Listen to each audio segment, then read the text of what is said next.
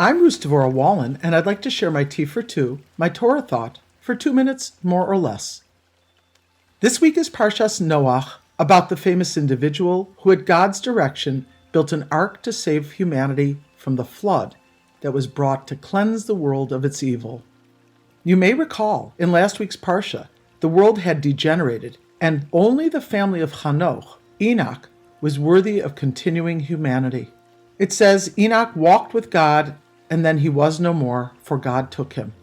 Hanoch's son was Metushelach, Methuselah, who begat Lamech, whose son was named Noach, saying, "This one will provide us relief from our work and from the toil of our hands, out of the very soil which the Lord placed under a curse." Noach is a cognate of the word nichum, comfort.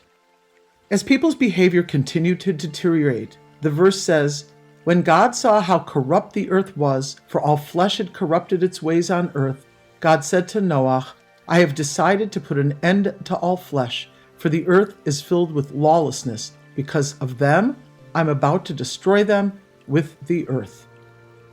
By the way, I find it interesting that the word in the Holy Tongue for lawlessness is Hamas. As you know, God gives Noach specs to build an ark and commands him to bring a limited number of humans and other creatures on board, using the various decks for living space for humans, then space for animals, and for refuse. The Torah says Noach was 600 years old when the flood waters came upon the earth. Imagine a sexcentenarian doing all that work. On this, the Hasidic Rebbe, Rabbi Elimelech Biderman, shared his take. He says, Noach built an ark. Imagine being confined in an ark for a year with wild animals on one floor and garbage on another. We would all go stir-crazy, meshuggah, probably needing psychotherapy or even meds. How was Noach not deterred from his mission, not affected by his challenges, despite the tragic loss of the people destroyed in the flood and everything else? Rabbi Biderman continues, he remained happy and content since he knew that the flood was outside and the ark was protecting him and his family. According to the commentators, the ark represents the stability of the eternal Torah and trust in Hashem. One must have faith and trust, emunah and bitachon, that the difficulty is for our benefit. Noach seemed to be confident of this, continuing his mission. By building the ark and sheltering in place, he was part of saving the world. The Kabbalah teaches a general spiritual tenet that sounds more like a fundamental law of physics. It goes like this. When you experience a descent, contained in it is the potential for an ascent of a higher order.